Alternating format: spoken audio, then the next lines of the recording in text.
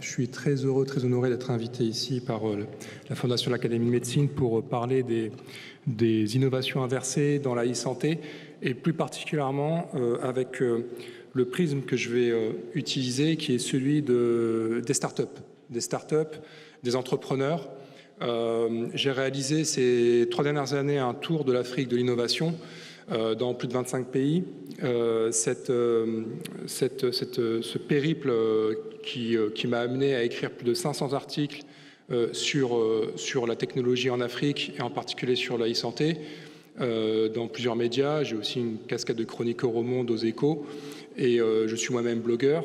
J'en ai tiré un livre qui a été présenté en avant-première à Vivatech la semaine dernière, qui est préfacé par Xavier Niel et Tidiane Dem, qui est l'ancien directeur de Google en Afrique et actuel cofondateur de Partech Africa. Xavier Niel, je pense que c'est inutile de le présenter, mais qui témoigne d'un engouement renouvelé pour les investisseurs, pour les innovations africaines dans tous les secteurs. Et dans ce livre, je couvre notamment la e-santé, également l'énergie, l'éducation, et des dizaines et des dizaines d'exemples de start-up qui transforment leur quotidien, changent véritablement la manière dont l'Afrique est quelque part en train de se développer grâce à la technologie, grâce à l'innovation. Et il y a tout un chapitre qui est consacré à la e-santé. J'aimerais vous donner quelques exemples concrets, terrain, de start-up qui agissent pour changer le quotidien grâce au numérique. Donc voilà, ce livre s'appelle Startup Lions, il sort lundi, il sera disponible notamment sur Amazon. Et voilà, donc ça c'est le périple que j'ai fait. J'ai aussi une autre casquette qui est d'être ambassadeur pour la Fondation Pierre Fabre en Afrique, auprès des écosystèmes, au niveau de la e-santé. Et je travaille avec notamment Béatrice Garrett sur l'Observatoire de la e-santé dans les pays du Sud. Et plusieurs des initiatives que j'ai identifiées ont été intégrées dans cet observatoire. Ici, c'est au Cameroun, à Yaoundé, avec le projet Gifted Mom. Cette start-up répond à un problème concret qui est comment lutter durablement contre la mortalité infantile et maternelle. Il y a eu un fait divers en 2016 qui a été qui a marqué, qui a défrayé la chronique au Cameroun, qui a véritablement déclenché une crise politique qui était la non prise en charge et le manque de suivi des femmes enceintes durant leur grossesse. Et ce fait divers tragique, c'est-à-dire que cette femme a été quasiment éventrée devant l'hôpital qui n'a pas pu la prendre en charge à temps, a motivé cette équipe de Gifted Mom qui est menée par cet entrepreneur Alan Teff et qui a décidé en fait de créer une application qui envoie des rappels de prénataux et des suivis avec une petite intelligence artificielle qui permet en fait de bien calibrer les envois de SMS. Donc c'est aux femmes enceintes notamment qui vivent aussi bien à Yaoundé que dans les villes les plus reculées. Et cette application, aujourd'hui, elle est utilisée par plus de 70 000 femmes par mois qui sont suivies. Des partenariats ont été noués avec les autorités régionales de santé du Cameroun, notamment les hôpitaux camerounais de plusieurs régions. Et il est estimé que plusieurs centaines de femmes ont eu la vie sauve sur l'échelle de trimestres. Et Alan Teff a quelque part créé une nouvelle, un filet de sécurité sociale minimale pour ces femmes. Et aujourd'hui, les hôpitaux de Yaoundé utilisent la plateforme Gifted Mom en marque blanche. Donc ça veut dire qu'il y a à la fois ce souci de répondre à un problème vital, urgent, de sauver des vies, tout en ayant un modèle économique et donc d'avoir ce potentiel de passage à l'échelle. Un autre projet dont j'aimerais vous parler, donc là je me suis rendu en Éthiopie, à Gimbi. Gimbi, c'est une zone rurale très reculée dans la région de l'Oromo, donc c'est une région qui est compliquée, qui est difficile d'accès déjà par sa topographie, par sa géographie, et qui politiquement est une région abandonnée, si bien qu'il y a très peu de services publics. Cette application, elle est destinée, ce qu'on appelle en anglais les midwives, aux sages-femmes. Donc là, même si c'est un homme, ce sont pour les sages-femmes. Et il s'agit en fait de vidéos qui sont téléchargeables et transférables par Bluetooth. Et ces vidéos sont destinées à former les sages-femmes, à leur apprendre à avoir les gestes notamment les gestes de l'urgence, les gestes prénataux, les gestes de réanimation, sous la forme de petites vidéos, de dessins animés. Et les sages-femmes s'entraînent tous les jours à regarder ces vidéos, à en télécharger de nouvelles dès qu'il y a de nouvelles vidéos. Et le taux de mortalité infantile et maternelle en Éthiopie, qui est en moyenne de 59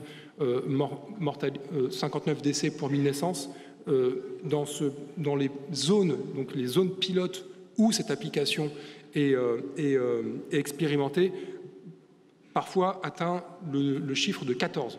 Donc on passe de 59 à 14. Donc il y a un véritable impact qui a été mesuré avec cette application. Un autre exemple, donc là on retourne au Cameroun, c'est le CardioPad. J'y étais il y a encore quelques mois. Donc j'ai suivi un petit peu ce projet qui est assez connu, qui a une forte notoriété, mais qui ne s'est pas arrêté à son lancement et à gagner quelques prix, qui est véritablement en train de passer à l'échelle et de intégrer littéralement les services de santé du Cameroun et travaille aujourd'hui avec l'État, avec le ministère du Cameroun, avec le ministère du numérique. Aujourd'hui, le CardioPad, donc c'est une tablette qui permet en fait de mesurer le tracé cardiaque. Il faut savoir que les maladies cardiaques au Cameroun ont explosé. Il y a pour une population de plusieurs dizaines de millions d'habitants, il n'y a que 50 cardiologues au Cameroun. Et ça concerne à la fois, bien entendu, les zones urbaines où il n'y a pas assez de cardiologues, mais ça concerne aussi et surtout les zones rurales. Et le trajet pour se rendre de régions isolées ou de villes secondaires comme Bamenda pour aller voir un cardiologue à Yaoundé est dissuasif pour beaucoup de familles, alors que les maladies cardiaques sont en forte augmentation. Et avec cette tablette, il y a la possibilité d'aller voir directement les patients, de faire le tracé cardiaque et de le faire analyser dans l'heure qui suit par un spécialiste. Donc aujourd'hui, le CardioPad, c'est 3000 tablettes qui ont été vendues, qui sont utilisées. Un partenariat structurant avec le ministère de la Santé du Cameroun qui équipe, les personnels de santé de 20 hôpitaux camerounais, un peu dans toutes les régions, ont été formés et utilisent le CardioPad. Un partenariat avec des cardiologues, notamment à travers un programme qui a été lancé par le CardioPad qui s'appelle Afrique Cardiac Care, qui font le suivi individualisé des patients, qui font l'interprétation dans l'heure quasiment. Ce programme Afrique Cardiac Care, il ne s'agit absolument pas d'un programme réservé à une élite, c'est un programme avec un tarif d'abonnement extrêmement abordable, quelques euros par mois, et qui permet de véritablement répondre à une forme d'injustice sanitaire et qui est profondément inclusif et qui permet en fait de suivre plusieurs malades cardiaques, y compris les personnes les plus pauvres. Alors, toujours au Cameroun, parce que j'y étais là, donc j'ai vu plusieurs projets. Donc alors là, j'étais à Bamenda. Bamenda, c'est une petite ville de province qui est située dans le Cameroun rural, avec un vrai problème de service public. C'est une zone aussi qui est troublée politiquement. Donc on est dans la partie anglophone, le Nigeria a entre 100 et 150 km. ServiceCan, la start-up s'appelle le ServiceCan, donc son fondateur s'appelle Conrad Tankou. Il a créé un microscope frugal, donc on est véritablement dans l'innovation frugale, low cost, inversée, qui est imprimée en 3D. Ce microscope digital permet en fait d'analyser, de screener des biopsies, de faire des biopsies. Et la fonction de cette innovation, donc le ServiceCan, c'est véritablement les cancers féminins, et en particulier les cancers du sein et les cancers du col de l'utérus, qui représentent à peu près 60% des cancers au Cameroun. Avec ce dispositif, le ServiceCan se rend dans les hameaux, dans les villages, dans les endroits les plus reculés de l'ouest du pays, pour rencontrer des femmes, les rassembler. Donc il y a des petites réunions de sensibilisation et pour ensuite faire du dépistage. Donc de la palpation, on fait des prélèvements cellulaires et on analyse s'il y a un risque de cancer. En quelques mois, c'est-à-dire que ce projet a été lancé il n'y a même pas un an, début 2017, en septembre, en quelques mois, il y a déjà eu 1200 femmes avec très peu de moyens qui ont été screenées et un peu plus de 150 débuts de cancer qui ont été, ou en tout cas de cellules cancéreuses qui ont été déjà pré-identifiés et les femmes ensuite sont prises en charge à travers un partenariat qui est mis en place avec des hôpitaux. Donc concrètement, ce sont des centaines de vies qui sont potentiellement sauvées et qui n'auraient jamais pu être détectées sans ce type de dispositif. Aujourd'hui, le service CAN est à la recherche d'investisseurs, est à la recherche de partenaires pour s'étendre à l'ensemble du Cameroun et pour pouvoir répondre à d'autres situations en Afrique qui ont les mêmes caractéristiques de zones isolées et de populations fragiles. Alors là, je vous parlais un peu de projets qui sont portés par des entrepreneurs, par des startups. Alors on peut toujours dire que ce sont des projets qui concernent plusieurs dizaines de milliers de personnes au plus haut, mais concrètement, le potentiel de passage à l'échelle, il reste encore à démontrer. Le Rwanda, c'est un pays extrêmement innovant. La semaine dernière à Vivatech, le Rwanda était payé à l'honneur avec la visite du président Kagame. Le Rwanda a décidé véritablement de révolutionner son système de santé, notamment la prise en charge de la lutte contre la mortalité infantile et maternelle. Au lendemain du génocide, le taux de mortalité infantile et maternelle au Rwanda était supérieur à 400 décès pour 1000 naissances. Le Rwanda, le ministère de la Santé a développé une application qui s'appelle Rapid SMS, et en fait qui permet à plusieurs agents de santé, environ 12 000, qui sont répartis un peu partout dans chaque village du Rwanda. Il faut savoir que le Rwanda, c'est un terrain très accidenté, c'est le pays des mille collines, et surtout en saison des pluies, parfois pour mobiliser une ambulance, pour aller secourir, par exemple, une femme enceinte qui fait un début d'hémorragie, parfois il faut au minimum 5 heures. Avec cette application, les agents de santé peuvent un peu repérer, voir un peu les femmes, faire un check-up et repérer les femmes enceintes qui ont un potentiel de grossesse à risque. Il y a un rapport qui est rédigé à travers ce SMS qui est ensuite envoyé sur la plateforme et qui permet ensuite d'organiser le service de santé, par exemple, de prévoir les naissances qui pourront avoir lieu dans les 15 prochains jours, de prévoir les possibles cas de difficulté dans telle ou telle localité, et donc de donner l'information aux hôpitaux, aux centres de santé les plus proches pour pouvoir se préparer. Le taux de mortalité, le nombre de décès pour 1000 naissances est tombé en dessous des 40, ce qui en fait plus ou moins dans la moyenne internationale. Et aujourd'hui, le Rwanda, c'est une étude qui a été faite par l'UNICEF, a estimé qu'en 5 ans, ce pays a sauvé un demi-million de vies. Donc là, on parle de 500 000 vies sauvées.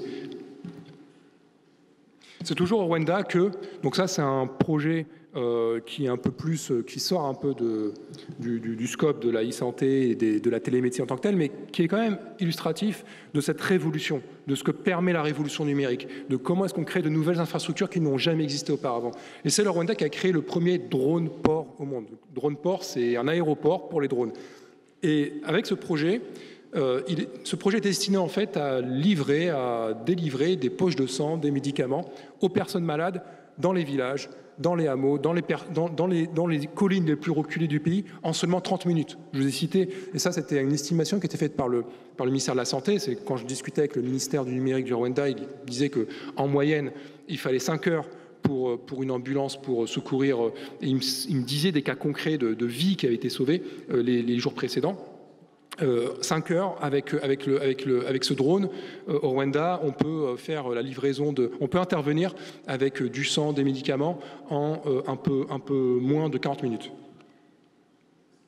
Alors, je ne sais pas si c'est le dernier exemple, mais un dernier exemple, là aussi où on n'est pas dans le micro-exemple et où quand la puissance publique, quand le régalien décide d'utiliser des outils numériques pour faire face à des situations d'urgence sanitaire et de crise. Donc, il y a le virus Ebola. Il faut savoir que le virus Ebola qui a fait son intrusion, qui a fait des ravages en Afrique, et lorsque le virus Ebola est arrivé au Nigeria, tout le monde attendait des catastrophes. Tout le monde a vu aussi tourner en boucle sur Fox News des reportages un peu caricaturaux où on voyait l'Afrique repeinte en rouge avec 1 million de morts chaque semaine, etc. Notamment, et la panique a vraiment pris lorsque le virus est rentré à Lagos. Il faut savoir qu'en 2 mois, l'OMS a estimé qu'en 2 mois, le Nigeria s'est débarrassé, a éradiqué le virus Ebola, en grande partie à travers l'analyse de la data, à travers le numérique, en mobilisant des développeurs qui ont développé des applications de sensibilisation, de prévention, en traçant un petit peu les SMS donc là, c'est une collaboration qui a été faite avec les telcos en situation d'urgence pour voir les cas suspects où quelqu'un explique qu'il ressent les symptômes du virus Ebola et pour permettre à des équipes de traceurs qui ont été mis en place par le ministère de la Santé d'intervenir et d'isoler les malades. Et finalement, ça a permis d'éviter la catastrophe et de circonscrire et d'éradiquer le virus en 60 jours. Alors, il y a plusieurs initiatives e-santé que je suis parti voir sur le terrain qui sont aujourd'hui répertoriées sur l'Observatoire de la e-santé de la Fondation Pierre Fabre, qui organise d'ailleurs ces journées le 2 juillet à Lavore pour récompenser différents projets. Et d'ailleurs, ça fait toute la transition avec Monsieur Moiti de l'IRD. Moi-même, je suis marseillais et j'organise à Marseille, et d'ailleurs, je connais aussi très bien plusieurs personnes de l'IRD, dont Sarah Marniès, et j'organise à Marseille les 19, 20 et 21 novembre un sommet sur l'innovation, notamment en partie sur l'innovation inversée, mais dans le numérique, un peu dans tous les secteurs, qui s'appelle Emerging Valley, qui aura lieu au Palais du Pharo et à Zicamp. Et cet événement vient d'être labellisé Digital Africa la semaine dernière. Donc Digital Africa, c'est l'initiative du président Macron pour soutenir le digital en Afrique. Et j'ai une vidéo, pour conclure, de 2 minutes qui présente ce sommet des innovations inversées en Afrique, de l'agriculture à la santé, en passant par l'énergie. Je ne sais pas si la vidéo peut passer. Ah, voilà.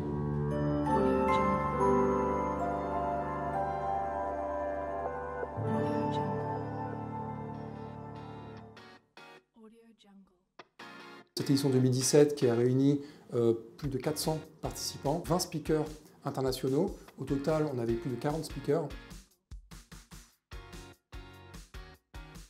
Emerging Valley, comment créer des ponts, comment tisser des liens avec les startups africaines. C'est un échange de procédés, c'est un échange d'expériences. C'est un petit peu cette réciprocité de gagnant-gagnant. On n'est pas là pour expliquer tout, mais on est là pour travailler ensemble.